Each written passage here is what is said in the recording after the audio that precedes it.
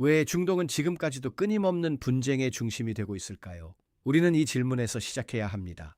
수천 년의 역사와 종교 문화가 공존하는 이 땅에는 평화보다 갈등의 이야기가 더 깊게 새겨져 있죠. 이 갈등은 단순히 종교의 문제일까요? 아니면 더 깊은 역사와 정치의 구조 속에서 만들어진 걸까요?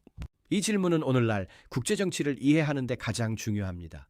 중동은 세계 질서를 흔드는 거대한 축이죠. 우리는 다시 묻게 됩니다. 중동 지역에서는 왜 이토록 분쟁이 끊이지 않고 반복되는 것일까요? 중동은 인류 문명의 출발지였습니다. 메소포타미아와 레반트 지역에서 인류 최초의 도시가 탄생했습니다. 이곳에서 인류 최초의 문자와 법률 체계가 탄생했습니다. 이는 인류사의 위대한 기초이자 토대였죠. 하지만 이 지역은 동시에 세계에서 가장 많은 제국이 지나간 땅이기도 했습니다. 전략적 요충지였죠. 고대에는 강력한 페르시아 제국이 이 땅의 주인 노릇을 하며 찬란한 동방 문화를 꽃피웠습니다. 이후에는 로마와 비잔틴 제국이 차례로 지배하며 동서양의 문화가 이 지점에서 복잡하게 뒤섞였습니다. 중세에 들어서면서 오스만 제국이 수백 년 동안 이 지역을 통치하며 이슬람 질서를 유지했습니다. 수천 년 동안 다양한 민족과 종교가 겹쳐 살아온 곳, 그것이 바로 중동의 본래 모습이었습니다. 문제는 이 복잡한 구조 위에 근대 정치가 급격하게 들어오면서 갈등이 폭발했다는 점입니다. 변화는 가혹했죠. 20세기 초 오스만 제국이 무너지면서 중동에는 인위적인 새로운 국가들이 만들어지기 시작했습니다. 이 과정에서 유럽 강대국들은 현지 사정을 무시한 채 지도 위에 자를 대고 국경을 그어버렸습니다. 그 비극적인 상징이 바로 사이크스-피코 협정입니다. 중동을 자신들의 욕망대로 나누기 위한 약속이었죠. 영국과 프랑스는 중동을 영향권으로 나눴고 지역의 역사적 맥락은 철저하게 무시되었습니다. 비극의 시작이죠. 이 국경선은 민족이나 종교의 분포를 고려하지 않았습니다. 결국 갈등의 씨앗이 도처에 뿌려졌습니다. 중동 갈등의 가장 첨예한 사례는 1948년 이스라엘의 건국입니다. 현대사의 가장 큰 비극 중 하나지요. 유대인 국가가 탄생하자마자 팔레스타인 지역에서는 거대한 충돌이 폭발했습니다. 양보 없는 싸움이었죠. 오랜 세월 박해를 받아온 유대인들에게는 자신들의 안전을 보장받을 국가가 무엇보다 절실했습니다.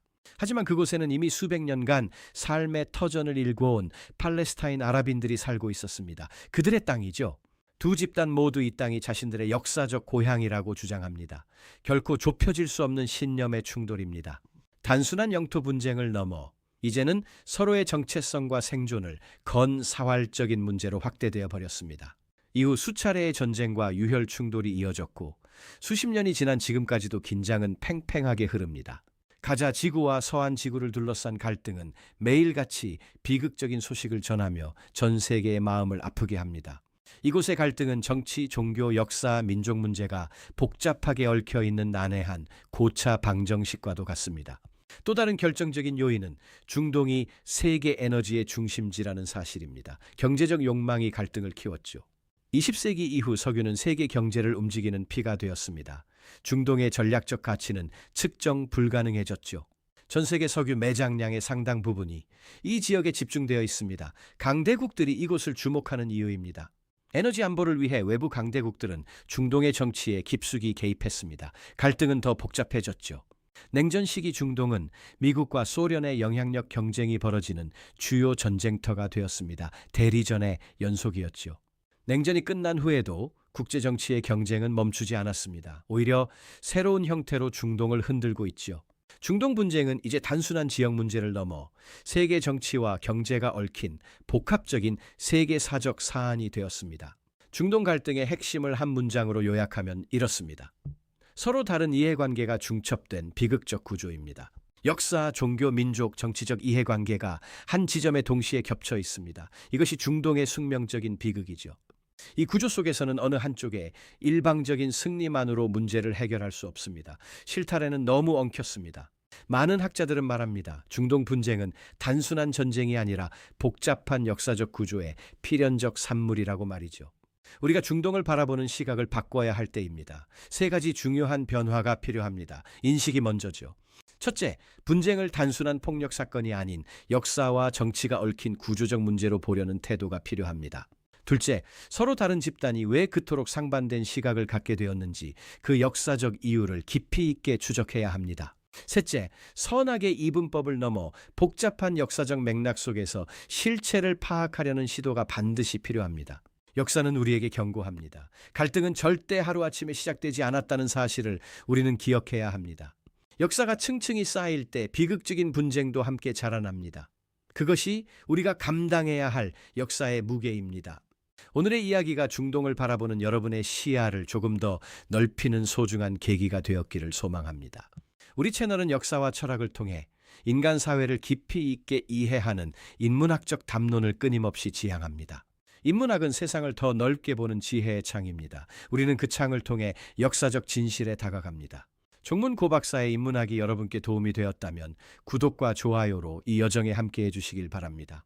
우리는 앞으로도 인간과 세상을 꿰뚫어 보는 깊이 있는 질문을 던질 것입니다. 다음 주제도 기대해 주십시오.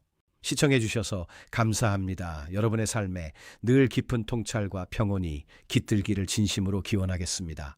중동의 역사는 지금 이 순간에도 사막의 모래알처럼 조용히, 그러나 아주 무겁게 계속 쌓여가고 있습니다.